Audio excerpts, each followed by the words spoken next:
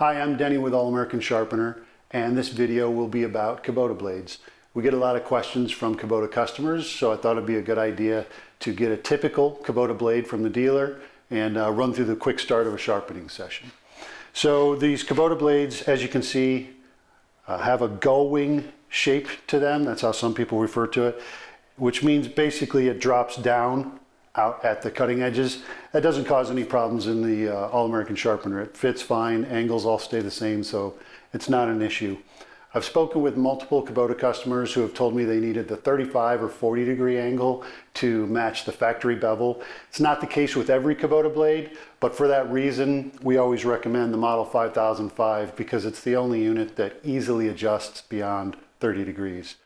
Now with this blade, we're going to put it in the jig and see how it works out with angles. First thing I do when I'm checking an angle, you can always put the grinding wheel up against it and just kind of eyeball how it sits flush on there. But I have this screwdriver. If you have a 5/16 inch rod, that'll fit right up there and in the bolt bushing, and you can kind of run through the angles and you can see which one sits flat on the bevel, and that's going to fall exactly how your grinding disc falls on it. It's a little more defined visual, a little easier to check the angles on a brand new blade.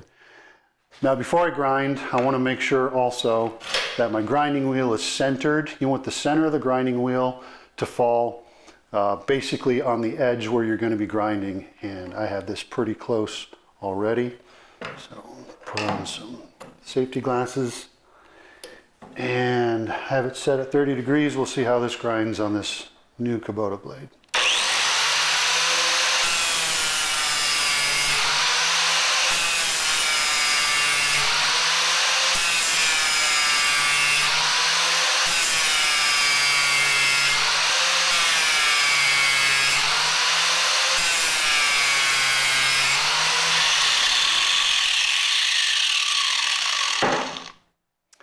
Yeah, 30 degrees is definitely the right angle for this specific blade. When I'm done, if I were finishing this up, I might do a few more swipes on that. Now that's pretty good, but I get it where I wanted it to be, and I typically subconsciously count my swipes so that when I flip it over, I can do about the same amount of swipes. That keeps it close to balance usually. Once I finish it up, put it in the All-American blade balancer, check for balance. And once I know it's balanced, then I put it back on the mower and we're back in business.